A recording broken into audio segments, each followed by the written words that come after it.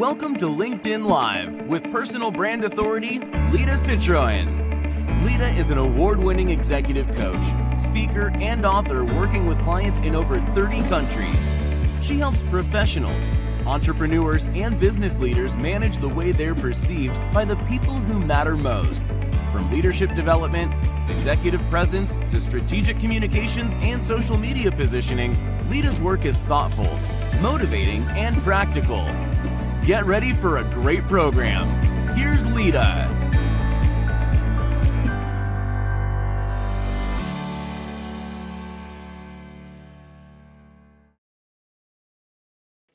Hello, hello, hello. And boy, do we have a great program. So I know that we're all just kind of getting started, getting logged in, all of that. Wherever you are in the world, would you drop us a note in the chat and let us know where you're dialing in from? It's probably one of my favorite parts of doing these lives is just to see how many people from around the world we have joining us on these programs. I am so excited to bring today's topic to you. It's one that is near and dear to my heart, as you all know, and we have a really important special guest coming up in just a moment. As I was putting together the outline for today, I thought about one of my last positions that I had in corporate America before I started my own business. And I remember how awkward it felt to feel like I didn't fit in.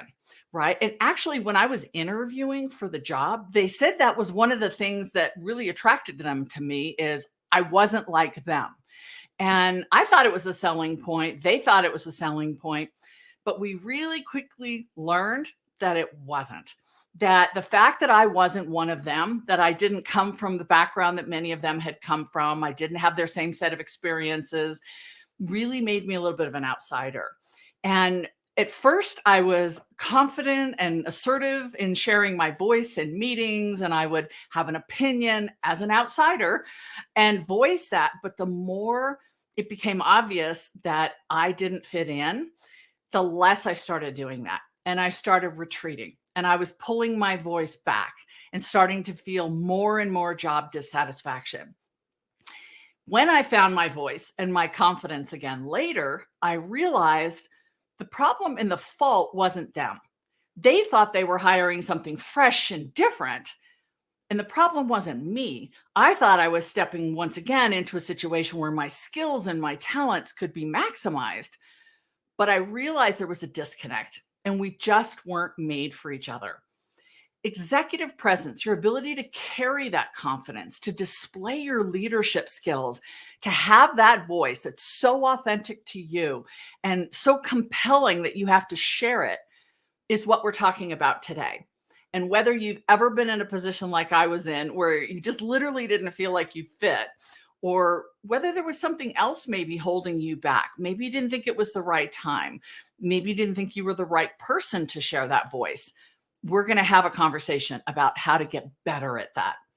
I am going to say, I expect all of you, and I hope all of you will stay till the end of this program because we do have a very special giveaway at the end of this program. So I hope you'll stay till the end.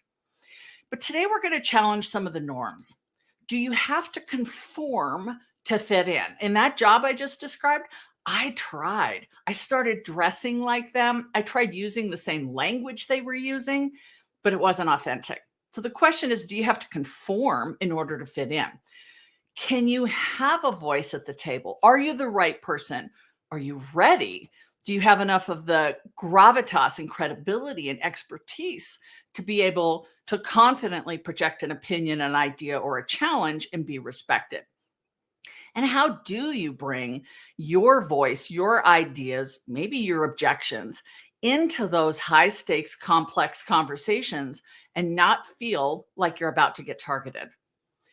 Well, we all know that the world of work has changed, and many of us are working exactly like this, right? We're working remote, or we're in a hybrid situation, or maybe you're full-time back in the office. Wherever and however you're working, we know that things have changed. Culturally, there are nuances we have to pay attention to. Industry-wise, there are nuances we have to pay attention to. But what transcends all of that is your voice, your own authentic voice and how you're going to carry yourself. I want to take a moment and just acknowledge all of our friends. We've got lots of friends from Denver who are in my home state. We have folks from London and India. I did see someone from Nebraska. Very nice. Cheryl, that's where my husband was actually born. Illinois. Oh, fabulous. If you haven't yet told us where you're dialing in from, go ahead and drop that in the chat. I love to see where everybody is paying attention to this from. So today we're talking executive presence, influence, and how to succeed in business. You're all over the world. You're all in different industries. So how do you build that voice? How do you project it? Well, I'm going to introduce today's guest, and she is very special to me personally and professionally, because Whitney Hake is not only a friend, but she's also a client. And I've known Whitney for many years, and I have watched her break free from the norms and traditions of her industry, which happens to be commercial real estate, and set herself apart in a hyper competitive environment. Whitney is the senior vice president at Transwestern, and she specializes in office agency listings. What is most memorable and impressive about Whitney isn't her tenacity or her drive. It's not her impeccable fashion taste. It's not her ability to innovate or pivot when necessary in order to take care of her clients and serve them in the best way. It's not even her drive. What separates Whitney from the pack is how inspiring and authentic and consistently real she is around the people she comes across. She's always looking to improve her skills, her talents, and contribution, and influence those around her. So without any further ado, I'd like to welcome my friend and client, Whitney Hake, to the conversation. Hi, Whitney. Hi, Lida. Thank you so much. Absolutely. And I hope you're seeing all the friends that are chiming in from all over the world as well. That's so fun. Whitney, I kind of gave a little bit of an overview of your career, but why don't you walk us through the last 5 to 10 years and tell us, how did you get to this position, and describe for those who aren't in commercial real estate what it means to be senior vice president at Transwestern? Sure. So I studied commercial real estate in college as well as grad school, and I'm a bit of a one-trick pony. So I came straight out of school in 2009 and was really attracted to the role of a salesperson. And what that means in my day-to-day life is my clients own office buildings, and I'm responsible for bringing tenants, bringing leases into those office buildings, or keeping tenants in the office buildings. So my work stretches from downtown Denver to suburban Denver. And that's one of my favorite parts of my job, is that no day is the same. There's a lot of in and out of meetings and traveling around the city, which really fills me up and keeps some variety in what I do. So I graduated from college and decided I didn't have quite enough experience to go into commercial real estate. So I sought out a master's in commercial real estate and then took a position at a larger firm, local to Colorado, but a larger firm. And so when you talk, Lida, about learning mannerisms from others and trying to imitate those mannerisms, I am in a very male dominated industry, but at that point in time, I was part of a team that leases office properties, but led by 2 male influences. And that was incredible in its own right. I learned so much from them about the business, the ins and outs of office leasing, and how to negotiate my way around the city or through a transaction. But at the same time, I got the 7-year itch. And the 7-year itch really started to help me reflect on who I was professionally, what my executive presence had grown into at that point in time. I was still in my 20s, which is a tough time to call yourself an executive. And it's a little bit daunting to think that I would eventually, thanks to the 7-year itch, decide to create a team of my own. And through that process and through a lot of work with you, Lida, and other mentors in my life, I figured out what my voice was, regardless of the industry, regardless of those male mentors. And I started to build from there something that felt very vulnerable, very authentic. And eventually, I'm a little bit of a truth teller. Like you said, I'm very honest, very professional. But those first 7 years dovetailed into what I have today. I've been leading a team for 5+ years now at Transwestern as a senior vice president. And leading a team has not only taught me that my influence matters, how I show up in the office on a Monday is going to set the tone for an entire week for a multitude of people, but also it's partly strategic. I was a doer before. And in the role that I have today, I set strategy not only for our team, but for what's leading the industry in Denver and how we can differentiate. So there's been lots of fits and starts. There's been a little bit of a turbulent economic time that we've gone through for the past 3 years, thanks to COVID. But every single day, I try to put my best foot forward and show up physically and emotionally in a executive manner so that my team can succeed.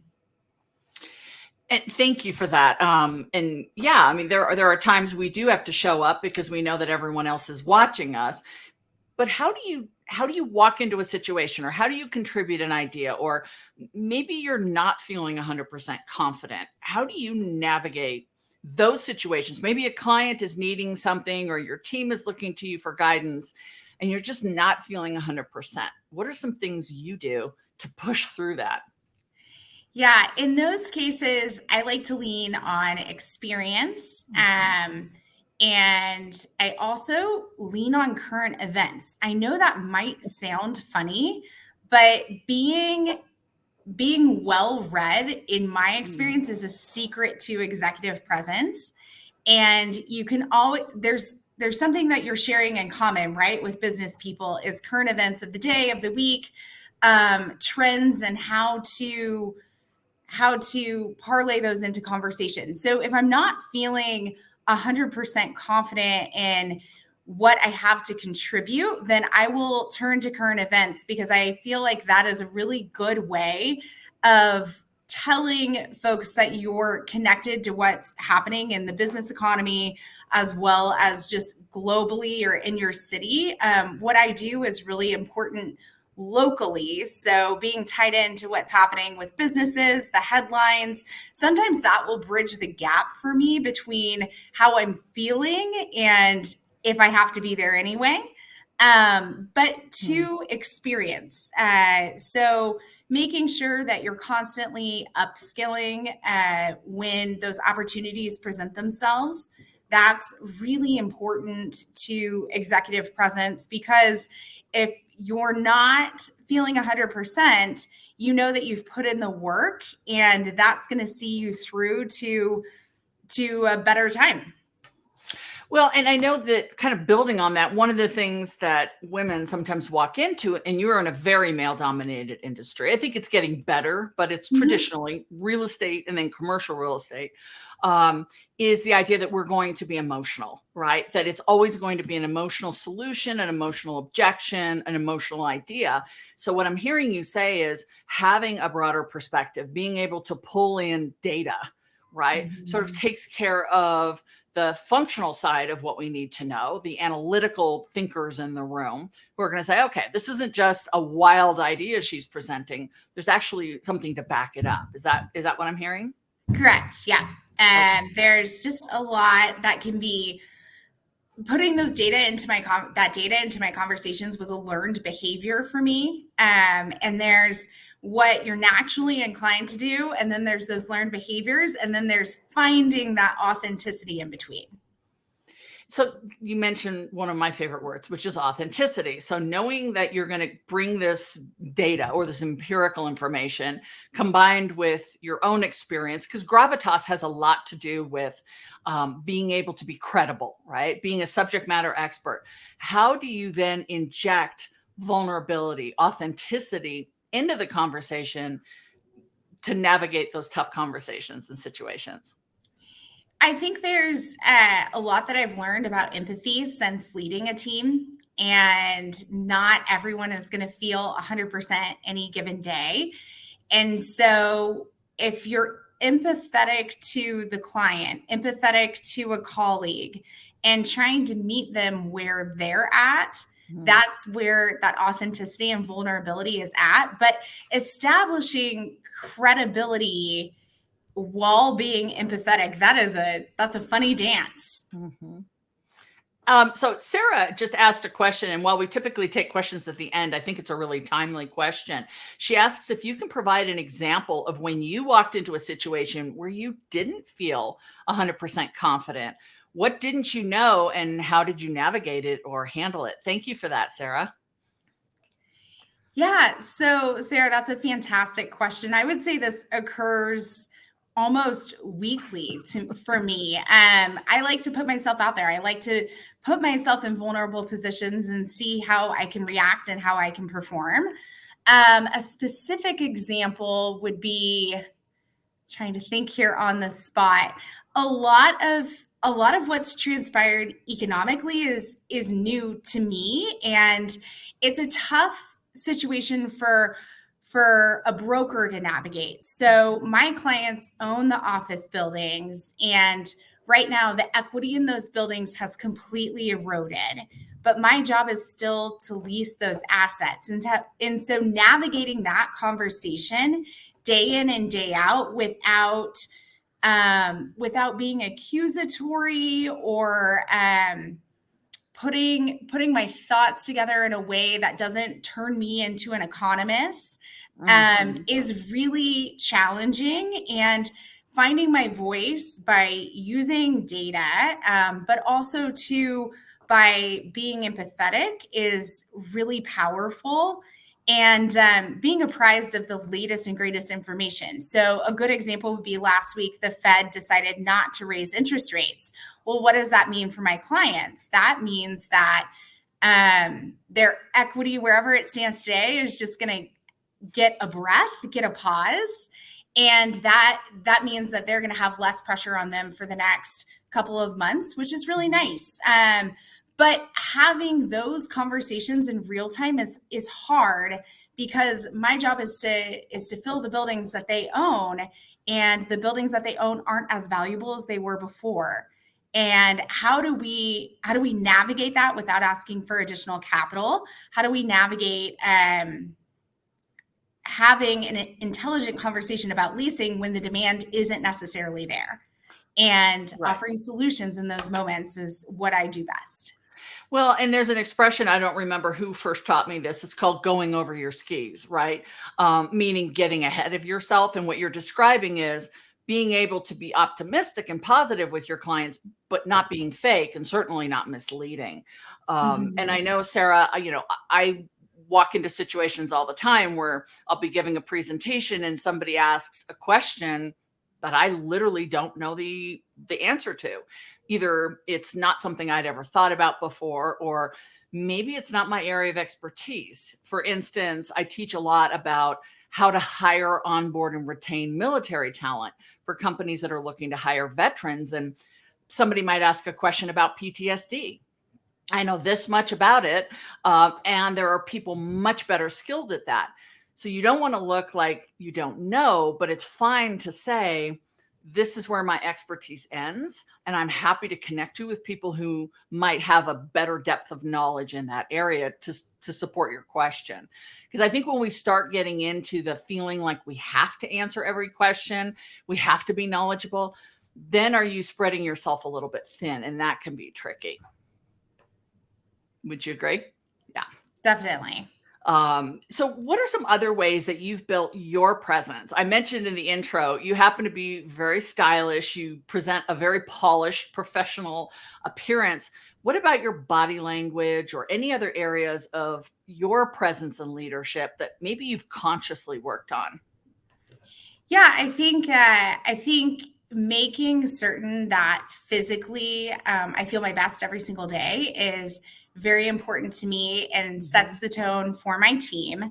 But outside of that, I've really worked on my speech. My generation is very privy to vocal fray thanks to the Kardashians, and I try to watch the news and look at how the newscasters are speaking in elevators, so they go up and then they go down, so that their sentences don't end as questions.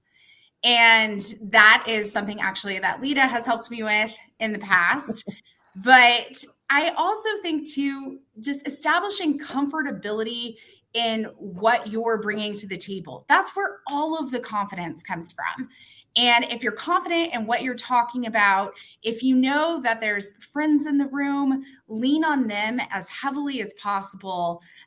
You want everyone to walk away from an interaction thinking, wow, she really knew her stuff, and also made me feel good about our interaction and our future possibility of doing business together. So there's the physical presentation, but there's also backing it up with all of the pre-work and the experience, and making that shine past your age or your sex or any knocks against you per se.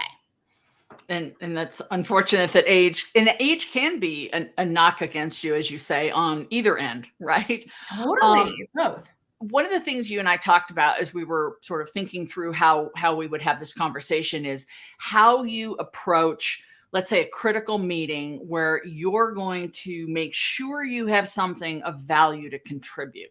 Can you walk us through a little bit how you frame that up, how you think about what you're going to offer? Maybe you're not running the meeting, but you want to make sure your voice is heard. Yeah, I think doing the pre-work for that meeting is very important. But in the meeting itself, don't zone out. There's no good that comes from zoning out at all whatsoever. But listen critically to what's happening in the meeting, and then find your spot, find your opening. And I know that can seem daunting, and I know that can seem hard, but there's always a natural lull in every conversation. Being comfortable with the lull is one thing, and that's actually a huge negotiating tactic that I use on a daily basis. But two, making certain that you have an additive contribution. And so the worst thing, in my opinion, is just repeating something that somebody's already said. That's really frustrating. But if you're engaged in the dialogue and you're thinking critically throughout that meeting, something is going to pop into your mind that that's pivotal to the conversation, and it's on you.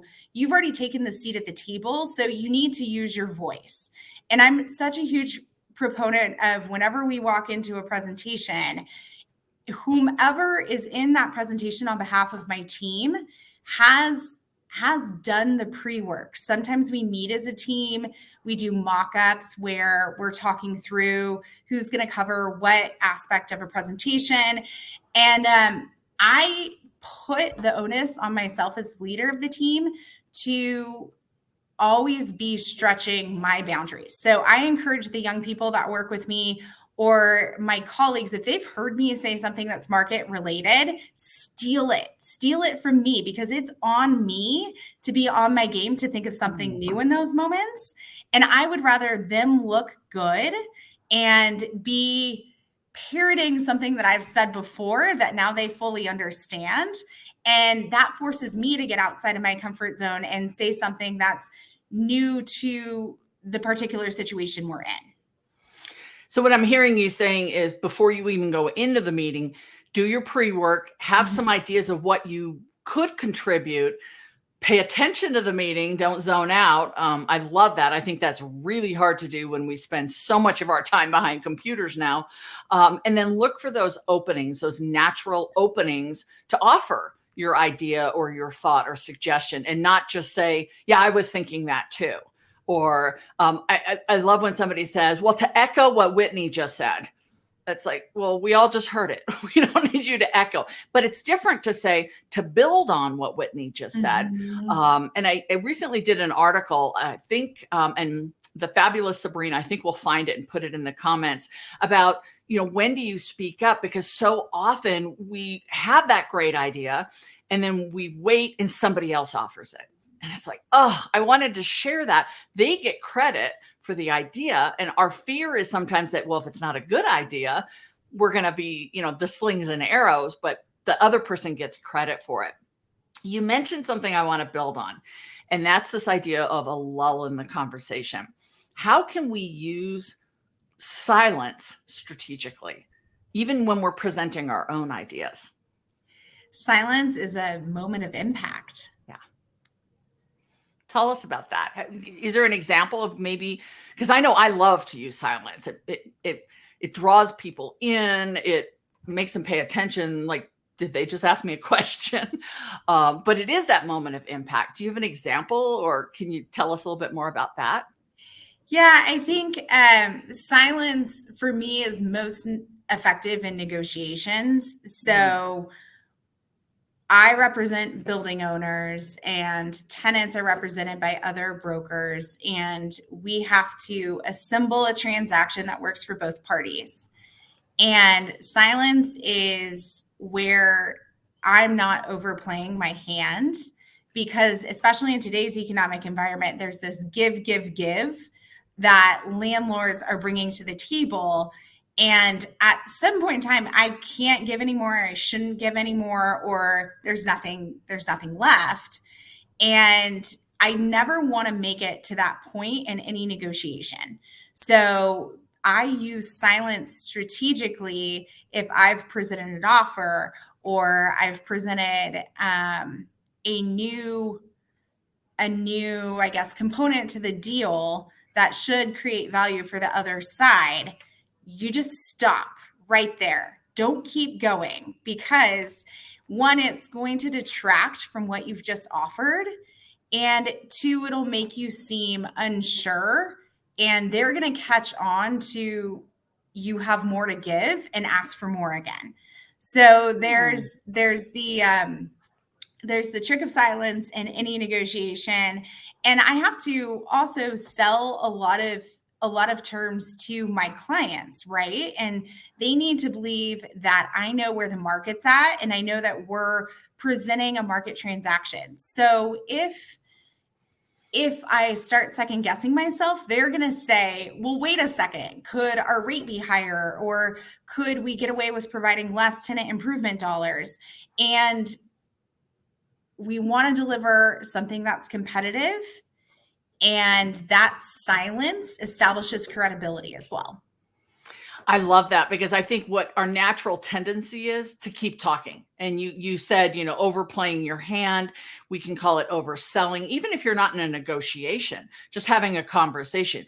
When somebody asks a question and then doesn't pause to give the person a chance to answer, and I think we do this mostly out of nervousness, or that sense that silence is somehow dangerous. But I love to ask a question and then look at the camera if I'm doing a webinar or having a client meeting, and just show that I can sit here as long as it takes until somebody answers, because somebody will, right? Somebody will participate because they're feeling as awkward with the silence as I am, but I have introduced the silence. So I feel a little bit more control, and it's not to manipulate, but it's to drive home a point. So I know as speakers, we have to always make sure we use silence to drive home a message, and not just artificially insert pauses that are going to possibly let the audience lose track of what we're saying. So I love that you're talking about that. One other thing I want to just build on is your idea of a team, because you mentioned that you set the stage for your team, and balancing the confidence, the gravitas and credibility with you're a real person. You juggle a lot of different priorities in your life, and your industry right now is a little tough. So how do you bring all of that authenticity, vulnerability, as well as the gravitas and confidence into your work with your team? Yeah, I think there's a glass half full mentality that you have to have. There's positivity that is infused into each day, whether artificial or authentic, but it keeps us going, right? And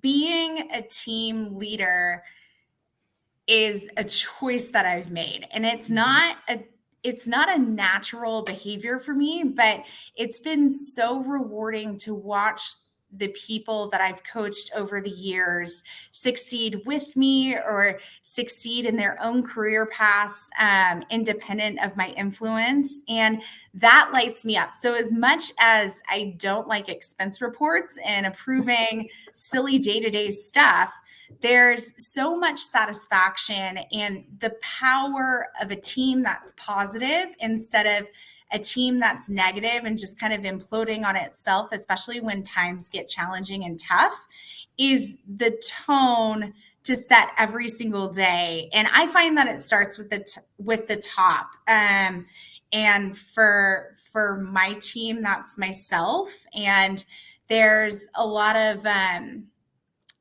positive trickle down effects from that. But I certainly, if my glass isn't half full, that affects the team on a daily basis too. So watching that growth and success through others has really brought a new dimension to my career.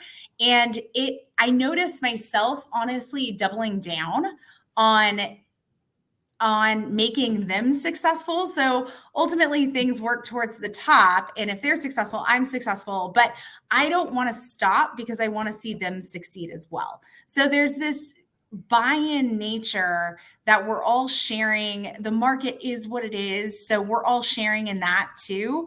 That's where that empathy comes back around. I don't think pre-COVID, we had many empathetic conversations internally or externally. I was not known for those. But I do think that is part of the dialogue now. And when I started a family of my own, that was like when I had a kid, a lot of empathy just came bleeding out of my eyeballs somehow. But it's part of the business climate today and part of leading a team that I'm actively learning about more and more. But positivity, all the positivity. Well, sometimes that's hard to get, right? Yeah. I mean, I think of you as a business owner, and you and I've talked Mhm. about that. You think like an entrepreneur because you've built this team within Transwestern. I'm a business owner in that it is my company and I built it. But even if you're not the owner or the principal, we all surround ourselves with teams, and there are days when positivity is really hard to find, and you don't feel it. You're in a grouchy mood. Maybe you just lost something you were really looking forward to, a proposal or a client or an engagement. And I think being able to share that with your team, how it feels, how it impacts you. I mean, I get it that they're looking at you and saying, if mom's okay, if the boss is okay, then we're going to be okay. But bringing them into the realness of those experiences, I think also helps them grow as leaders Yep. because they see that it's not all roses and sunshine, right? There are days that, you just want to go watch Oprah at 3:00 in the afternoon and, get a bag of bonbons. And I'm not saying I've done that, but let's just pretend. And being real and being vulnerable and saying, I know we're going to get through this, but here's the situation and here's what I need from you. And here's, now is your time to tell me what you need from me. Creating that dialogue is really important. And I know you've had those conversations with your team. Absolutely. I also think that's where the current events come in and are very helpful because it's factual and encouraging others to participate in reading the news, however they read the news, is really important because when the big failures started to happen earlier this year, I had team members that had no idea what that meant. And it became a discovery process that we went through together as a team. Instead of just saying top down, this is what's happening. Right. Let's learn more together in these moments. Well, and something I kind of mentioned at the beginning that you're touching on is embracing their individuality, right? We all work in spaces that are diverse, and being inclusive and celebrating the differences instead of always trying to direct and trying to build coercion. It's more about leadership and building collaboration. And I love that even though you are the boss, you're using team a lot, which I try to emulate as well. So I appreciate that. Before we get into questions, any thoughts, anything we didn't cover that you think would be helpful? Because I'm getting a lot of positive feedback in the chat on everything that we're talking about. Is there anything you think has really been instrumental to your career that you'd like the audience to know about? Always be leveling up. It does not matter where you're at in your career. Find someone inside of your industry, outside of your industry, the same sex as you are, a different sex. It doesn't matter. Find someone that you can point to and say, holy cow, they've made it. They know what they're doing. And that's always going to change over time. The mentors that I've held in that high regard, you can meet them in those moments. They might become friends, or you can get to know their business practices and take tiny pieces of what works well for them that you would like to emulate. I'm such a big proponent of what comes next and finding the people, finding the situations, trying to think through that uncomfortability, like you were talking about, Lida, where your last corporate job wasn't jiving with your authentic self. So if that's happening, what do you do about it? In my case, I turned to executive coaching, and that relationship between you and I has evolved over time. Mentors, sponsors, there are business people that are successful that believe in paying it forward. I'm certainly one of those now, and I'm very proud to be in a position to do so. But there's a million people that have helped me along the way establish that confidence. And it really started with me reaching out to them and leveling up in relationships and situations and strategy, and always have an eye towards that, because it's going to pull your executive presence into another stratosphere. Oh, I love that. I absolutely love that. Before we get to the special giveaway, if you've ever watched my LinkedIn Lives, you know that I always like to leave you with some action items you can start using right now. So based on the conversation you just heard, the first action item is decide what you will contribute. Whitney gave us some great ideas about, being well read, listening to current events, being conscious of your upskilling. Bring that information with you into critical meetings. Don't just expect you're going to think of it off the top of your head. Have 3 or 4 ideas next time you go into a meeting, and look for those opportunities to introduce those. The second one, which kind of builds on that, is take a risk. It's okay to be uncomfortable. Sometimes that's where we do our best learning. Make sure you're taking risks that are still aligned with your values, that you're still staying true to yourself. That job that I took, where I knew I wasn't like them, I was different, I was the outsider, that was a risk for me. And while it didn't pay off in the job, it taught me a lot about authenticity. So look for those opportunities. Before you just say no, ask yourself, is this a chance for me to learn something, to upskill? Number 3, embrace silence. It's okay. Remember, our mothers taught us silence is golden. And that didn't just mean to be quiet. It meant we have to sometimes embrace the silence in conversation. Our message can be more impactful. It can become stronger. It can be more intentional if we let the message sit for a moment. Number 4, share your vulnerabilities. I know that in terms of even social media, and this has been a hard one for me, I've shared some posts that are really personal. And yes, I'll preface it by saying sometimes this is a personal post, but I've shared some posts that were really personal. And the feedback I get from those is unbelievable. So many of you are saying, thank you for letting us get to know you. Thank you for showing us that what you experience is what we experience. People want to know that you're like them. And if you're always stoic, if you're always uber confident, that isn't relatable. So pick and choose your time, right? We can't be vulnerable all the time, but find those moments where you can be vulnerable. You can let someone see behind the curtain, so to speak, and know who you are as a person, know who you are as a leader, know what your dreams are, what scares you, what gives you pause. Let that shine through. And number 5, as Whitney said many times, keep learning. Right? We've always got to be learning. If it's reading, whether it's watching documentaries about topics that you can weave into conversations, whether it's news about your industry and trends that are coming on, be paying attention. You don't want to overdo that. I've worked with people in the past and every other word out of their mouth was a quote from a book or an example from a book. And it's like, okay, I haven't read all those books.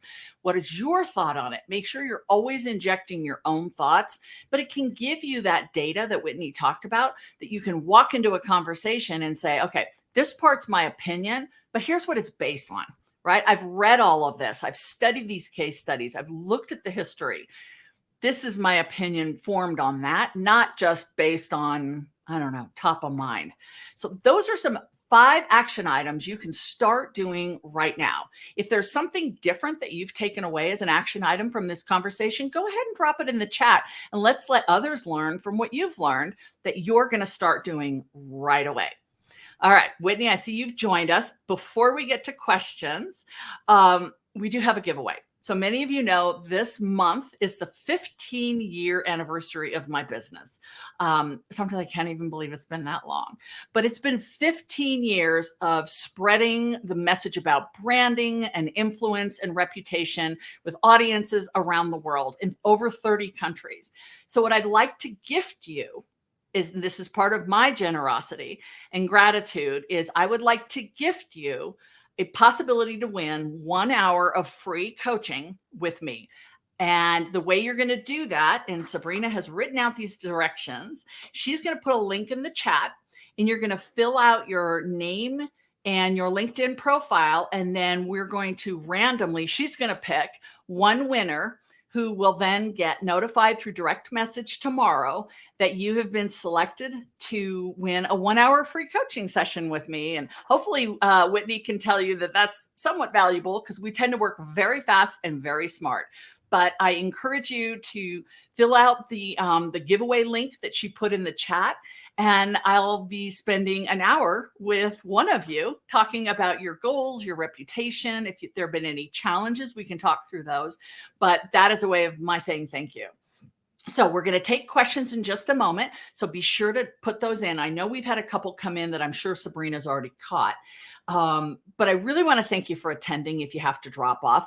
Next month, you're not going to believe this. I have Michael Quinn joining me. And Michael Quinn and I are going to talk about using social media, because if you are in the military space, you know the name Michael Quinn.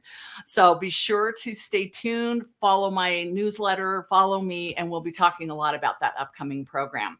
But Whitney, I know we have some questions. This has been such a fabulous conversation. So if you're okay with it, let's take some questions. Yeah, let's do it. Okay, somebody says, what if you are male and your direct reports are all female? How do you feel confident as a male? Oh, I love that. And I know you work with a lot of men in your industry. Why don't you tackle that first? Wow. Gosh, I think that is such a unique opportunity. And being a consummate professional, number one, is very important in that exchange, especially in a Me Too culture. That conversation has changed and shifted so much over the years. And I think treating everyone as equal is most important. There's going to be an emotional gap more than likely between how you perceive a situation and how your direct reports perceive a situation. But embracing those differences and giving them the time and space to make sure they feel heard is really important. Setting an example, though, for female males to follow is paramount, in my opinion. So be obviously no girl can be a guy and no guy can be a girl, and everything that lies in between in today's environment. But treat them as you want to be treated and make sure that you're honoring feelings in the workplace and being empathetic and setting a great example and truly providing guidance and sponsorship and mentorship. I have an older male on my team, and he's asked me time and time again, do the direct female reports, are they worried? Are they scared? Are they open and receptive to feedback? And the answer is always yes. But I think that there's a lot lost in perception, that the females need to be more direct about what they're looking for, and the males need to be more sensitive about willing to provide it. Well, and thank you for that. I would add, I raised two sons. One of them is working in the professional space, and he's in sales. He's very successful, very competitive, high energy field. And he primarily works with women in his office.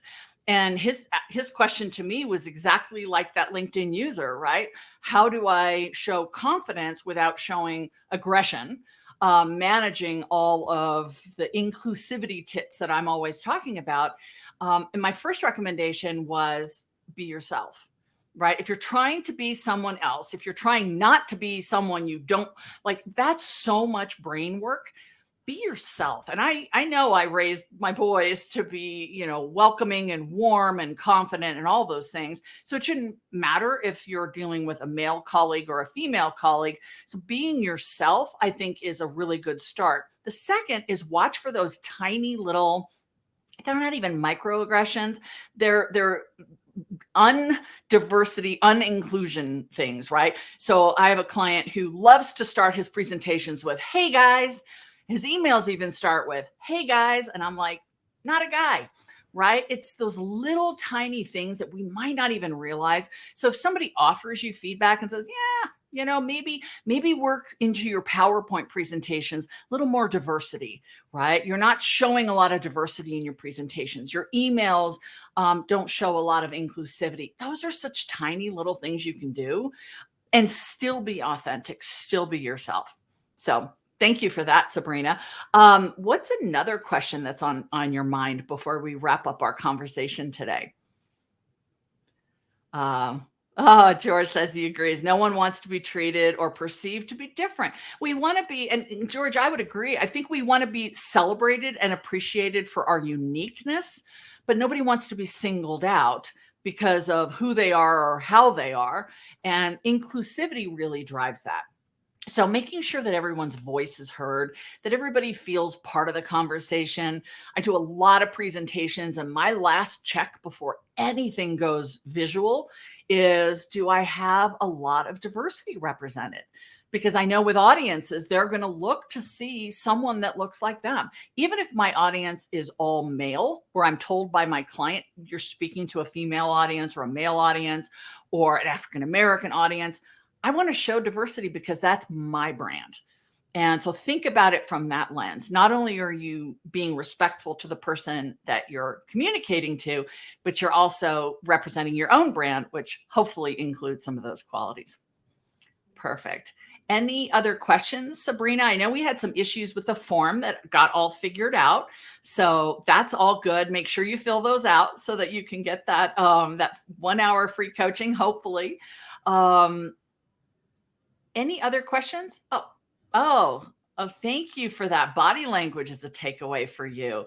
Excellent. And culturally, no matter where you are in the world, body language plays a little differently, right? So eye contact plays differently in certain cultures and certain geographies, nodding your head. So we've got to always be sensitive to those cultural nuances. But I would say a key element, and Whitney, I've seen you display this, is if you're going to walk into a room looking down at your papers, hunched over, that sends a very different message than if you walk in with your shoulders back. Here's another tip. This one just came to me. So men tend to sort of spread out in meetings. Whitney, I'm sure you've seen this, right? If there's a conference table, the men will have their papers all over and their laptops way over there and their phone. They take up a lot of room. And women, I think we tend to make ourselves smaller. So we take up less space. My suggestion is put your papers out a little, right? Don't be awkward about it, but don't feel like you have to take up a small amount of space. Anything else on that? The idea of body language or posturing that you would add? I think one thing that I constantly watch, especially being in a sales role, is if I'm really excited about an idea, I tend to lean forward into the conversation and lean towards whomever I'm engaged with, and making sure that's neutral. So sometimes if I'm too excited about something, I will conscientiously say, whoa, that was a lot. I'm just going to sit back here and see if they come to me. And it always works. And I think that it is almost like a strategic silence where they are reinvesting in what you have to say, just vis-a-vis body language. Fabulous. And before we finish, Sean has a question. How does one recover from being perceived as overconfident? Wow, that is an awesome question. Whitney, you want to take that one first? Thanks, Sean, for that one. Wow. So my business coach, Lida, is going to have some great advice. No, I think overconfidence is reading a room and adjusting in those moments and being real time. I actually have a great example of this that happened a week or so ago where I had a great introductory meeting with a lender and they really resonated with me, but wanted to talk to national resources across the country within my firm. So I set up a follow-up call, and the follow-up call was extremely one-sided to our national resources. And in those moments, it was very cringy. And I was very happy I wasn't on camera because I was misaligned internally. And what they were presenting was not a representation of who I am. And that was creating some friction. So after the fact, I was pretty adult about it and went to my colleague and just said, like, what type of follow-up could we do to tone that down a little bit and make sure that this stays conversational instead of here's the Transwestern commercial.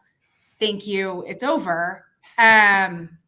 And then after having that dialogue with him, we developed a strategy to back off some of that confidence. And I went to the other side and just made sure that that personal relationship was still intact. So I think there's a lot that can be done behind the scenes. You never want to undermine a counterpart, but at the same time, you might be reading a room differently than they are. And their confidence levels could have been great from where they were sitting. But as an outsider that had made that introduction, I didn't feel quite right about it. Well, and Sabrina dropped into the chat some of the tips that I have about reading the room. And that is really good advice, because when you're situationally aware, you're paying attention to, are they reacting positively? Are they leaning in? Are they all sitting back? And are they sitting back because they're resisting me? Or are they sitting back because they're taking it in? So, in the moment, I would say the way to recover is to pay attention to your environment and pivot if you need to. Sometimes that's hard to do if you've got a big presentation. But watch your tone. Are you yelling? When I get excited, not only do I lean in, but I start talking really loud. So I have to be mindful of how far away my camera is, how far away my microphone is. But if I'm meeting with a client and I'm being overly pushy and they're starting to shut down, that's my time to say, let me pump the brakes. Let me tell you a story of how this worked for me. And I start drawing it down to who I am as a person.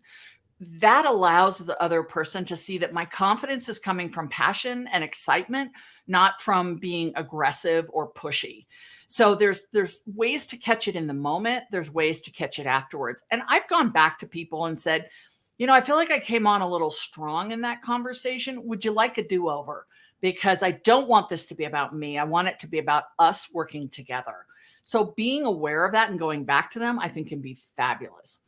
I know that you've got lots more questions and we're out of time, but please connect with Whitney on LinkedIn. She's a fabulous wealth of resources.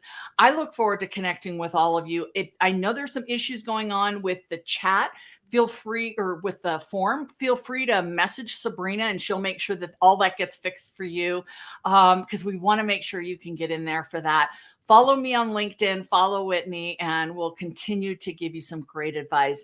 Thank you to my friend, Whitney Hake, Senior Vice President of Transwestern, for joining us today and just giving us so much to learn from. Thank you so much, Whitney. Thank you, Lida. It was nice to meet everyone. Yes, exactly. Have a great rest of your day. And we'll be back next month with a new LinkedIn Live on the topic of building online influence with Michael Quinn. Bye. Bye.